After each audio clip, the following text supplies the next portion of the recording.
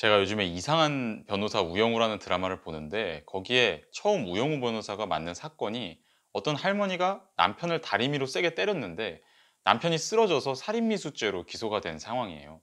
근데 거기서 그 할머니한테 할아버지를 때릴 때 죽이고 싶은 마음이 들었었냐고 사람들이 물어보거든요.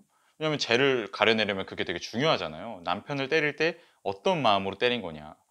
근데 거기서 그 할머니가 잘 모르겠다고 그러거든요. 죽이고 싶다는 마음이 들었던 것 같긴 한데 그렇다고 진짜 죽이고 싶었던 건지 그거는 좀 애매한 것 같다는 거죠. 저는 이 장면을 보고 비트겐슈타인의 사적 언어에 대한 이야기가 생각났습니다. 저번 영상에서 비트겐슈타인은 인간의 언어 생활에서 언어 놀이의 중요성을 강조했다고 말씀드렸어요. 언어 표현이 단순히 어떤 규칙에 의해서 어떤 대상을 가리키는 게 아니라 그것보다 훨씬 다양한 방식으로 사람들과의 소통 과정에서 사용될 수 있고 또 그렇게 사용되면서 사용 방식이 계속해서 생겨났다 없어졌다가 변해 나가는 것이 언어의 특성이다라고 비트겐슈타인은 주장했습니다. 이 생각이 현대 철학에서 아주 중요한 역할을 했고요.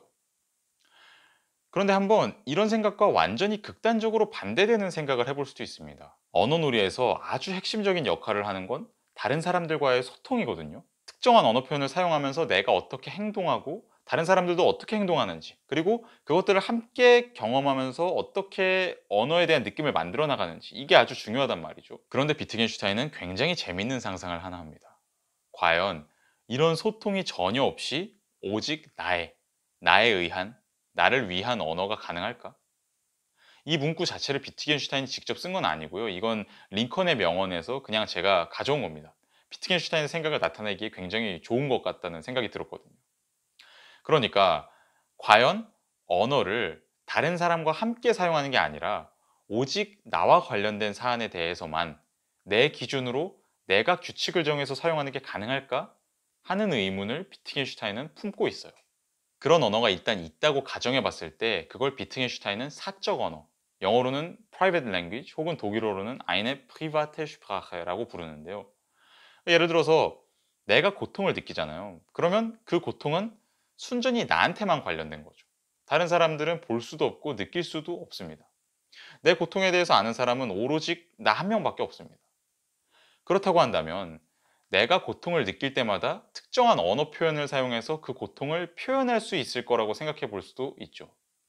예를 들어서 고통이 느껴질 때마다 기억을 종이에다 적으면 그건 다른 사람들은 전혀 알아볼 수가 없지만 내가 보기에는 나의 고통을 가리키는 표현이 되겠죠. 얼핏 보기에 이런 과정이 불가능할 거는 전혀 없어 보입니다. 그냥 고통을 느낄 때마다 기억을 적는다는 아주 간단한 작업만 하면 되니까요. 그런데 이러한 사적 언어는 피트겐슈타인이 말하는 언어 놀이에서 완전히 벗어난 언어라는 것을 알 수 있습니다. 언어 놀이를 하려면 다른 사람들과 언어를 사용하면서 소통하는 게 핵심적인데 이 사적 언어 같은 경우는 완전히 나 혼자만 알고 나 혼자만 사용하는 언어잖아요. 그래서 원래 비트겐슈타인이 언어 놀이에 대해서 주장하면서 말했던 언어 표현의 그런 다양한 기능들은 사적 언어에서는 배제될 수밖에 없습니다. 그러니까 예를 들어서 언어 놀이에서는 언어 표현에 확정적인 의미는 없다라는 주장을 했는데 이것 또한 사적 언어에서는 폐지가 될 수 있고 또 비트겐슈타인의 언어 놀이에서는 언어는 사람들이 그걸 사용하는 과정에서 계속 변화한다라는 아이디어가 되게 중요했었는데 이런 것들도 사적 언어에서는 바뀔 수가 있겠죠. 왜냐하면 우리가 일상에서 다른 사람들과 함께 사용하는 언어와 달리 사적 언어는 나 혼자 규칙을 정해서 그대로 고정적인 의미대로만 사용하기만 하면 되니까요. 그러면 이런 사적 언어의 가능성에 대해서 비트겐슈타인은 과연 어떻게 생각했을까요? 비트겐슈타인은 사적 언어가 불가능하다고 주장했습니다. 이에 대해서는 가장 크게 두 가지 이유가 있는데요. 일단 첫 번째는 누군가 그렇게 완전히 사적으로 무언가에 대해서 이름을 부여해서 자신만의 언어를 만들어낸다고 해도 그 언어는 이미 공적인 언어의 영향을 받고 있다는 겁니다. 더 정확히 말하자면 사적인 언어는 이미 공적인 언어의 기초 위에 서 있습니다. 예를 들면 문법 구조를 생각해 볼 수 있는데요. 우리가 자신만의 고통을 기억이라고 표현한다는 건 기억은 고통을 가리킨다라는 생각을 내가 하니까 가능한 거잖아요. 내가 기억은 고통을 가리킨다. 이렇게 생각을 하니까 그거를 종이에 적었을 때 그게 내 고통에 대한 표현이 될 수 있는 거지. 내가 아무런 생각도 없이 무작위적으로 기억이라는 단어를 쓴다고? 그러니까 언어 표현을 쓴다고 그게 고통에 대한 표현이 되는 건 아니잖아요. 그런데 한번 생각해 보면 기억은 고통을 가리킨다라는 생각은 이미 우리가 평소에 익숙하게 사용하는 문법 구조 하에 이루어진 생각입니다. 주어가 있고 서술어가 있죠. 그리고 기억이라는 언어 표현은 비록 그 겉모습 자체는 새로운 것일지 모르지만 나의 생각 속에서 일종의 명사로서 기능하고 있습니다. 그렇다면 과연 내가 원래 다른 사람들과 함께 사용하던 그 공적인 언어의 문법을 전혀 몰랐더라도 기억을 통해서 고통을 가리킨다라는 생각을 할 수 있었을까? 여기에 대해서 비트겐슈타인은 회의적인 생각을 갖습니다. 둘째는 사적 언어의 경우 자기가 말해놓고 그게 정말 자신이 생각하는 바를 제대로 가리키는 건지 확인할 방법이 없다는 겁니다. 이 부분이 저는 개인적으로 조금 더 재밌는데요. 이게 이해하기가 조금 까다로운 생각입니다. 고통을 다시 한번 예로 들어보면 내가 고통을 느낄 때마다 기억을 종이에 쓰기로 결정을 했단 말이죠. 그런데 어떨 때는 고통을 조금 느낄 때 기억을 쓰고 어떨 때는 고통을 아주 심하게 느낄 때 기억을 쓸 수도 있습니다. 한마디로 이미 나는 서로 완전히 동일하지는 않은 나의 여러 가지 다양한 느낌에 대해서 똑같은 언어 표현을 사용한다는 거죠.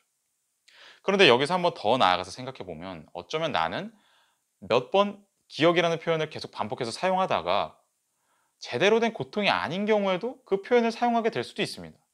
원래 애초에 내가 기억이라는 표현의 의미를 정하면서 확정 지으면서 생각했던 바와는 조금 다른 느낌을 느꼈는데 뭐 시간이 좀 지나서이건 아니면 내 기분이나 컨디션이 달라졌건 기억이라는 표현을 그냥 사용하게 될 수도 있습니다.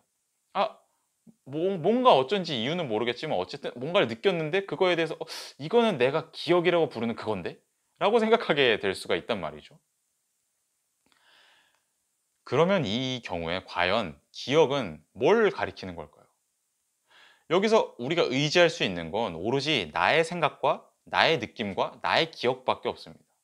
왜냐하면 애초에 기억은 사적 언어로서 만들어진 것이고 나는 결코 기억을 다른 사람들과의 소통에 이용하는 게 아니니까요. 나는 결코 다른 사람들한테 물어볼 수도 없고 무언가 다른 사람들의 생각을 참고할 수도 없습니다. 그냥 오직 나의 느낌과 내 생각, 내 기억을 바탕으로만 판단해야 합니다. 사적 언어는 다른 사람들한테 의사를 전달하는 게 완전히 배제된 언어입니다. 완전히 나를 위한 언어죠. 그러면 만약에 정말로 기억을 통해 내가 고통을 잘 표현하려면 나는 내가 처음에 기억을 통해서 표현하고자 했던 바를 아주 잘 기억하고 있어야겠죠. 그런데 과연 그게 가능할까? 비트겐슈타인은 그렇게 순전히 개인의 기억에 의존하는 건 어떤 언어 표현의 의미를 규정하기에는 너무 나약한 기준에 불과하다고 생각합니다.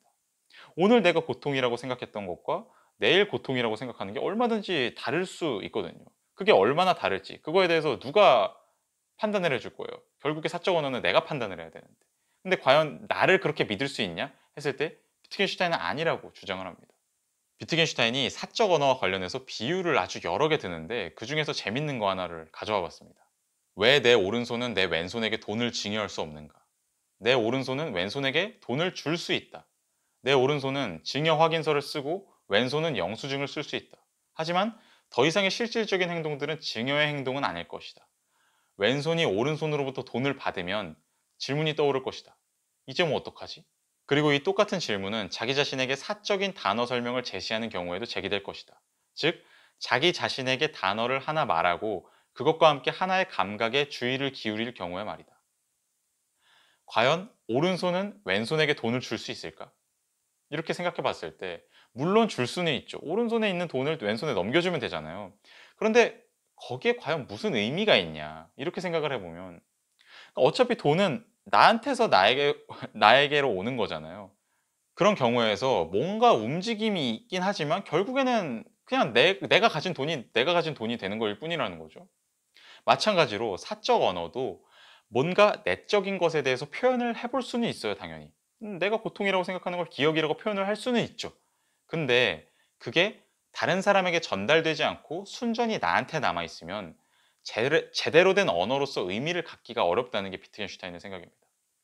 내가 그거의 의미 하나를 정확하게 부여해놓고 항상 그걸 정확하게 기억할 거라는 보장이 없으니까. 만약에 인간 정신이 그렇게까지 완벽하다고 생각하면 사적 언어가 어쩌면 의미가 있을 수도 있겠지만 인간의 정신은 그렇게까지 신뢰성이 높지는 않기 때문에 사적 언어는 제대로 된 언어일 수 없다라는 게 비트겐슈타인의 생각입니다. 만약에 신적인 정신을 갖고 있다면 되겠지만 유한한 인간의 정신에선 그게 안 된다는 거죠. 또 이런 다른 비유도 있습니다. 이런 사람을 생각해봐라. 나는 내 키가 얼마인지 알아. 라고 말하고 손으로 자기 머리 꼭대기를 가리키는 사람. 그러니까 이 말이 무슨 뜻이냐면 키가 얼마인지 안다는 건 보통 뭔가 다른 거랑 비교해서 아는 거잖아요. 몇 센티미터라는 그 길이의 기준을 쓰든지 아니면 내 키는 짱구보다는 크고 맹구보다는 작다라든지 이런 식으로 내 키를 어떤 기준을 갖고 말해야 의미가 있는 거지. 내 키는 내 머리 꼭대기까지이다 라고 말하는 게 과연 내 키에 대해서 말하는 것과 관련해서 무슨 의미를 가질까? 그러니까 내 키가 길이라는 관점에서 봤을 때 마찬가지로 길이를 가진 다른 대상들과의 관계 속에서 이야기되지 않으면 그 자체만으로는 아무런 의미가 없을 수가 있겠죠. 그러니까 마찬가지로 언어 표현도 언어적 체계 안에서 다른 표현들과 관계하면서 기능하지 않으면 별다른 의미를 가질 수가 없다는 게 비트겐슈타인의 생각입니다. 이런 의미에서 비트겐슈타인은 돌아갈 수는 있지만 그것과 함께 아무것도 움직이지 않는 바퀴는 메커니즘의 일부가 아니다. 이런 말을 했습니다.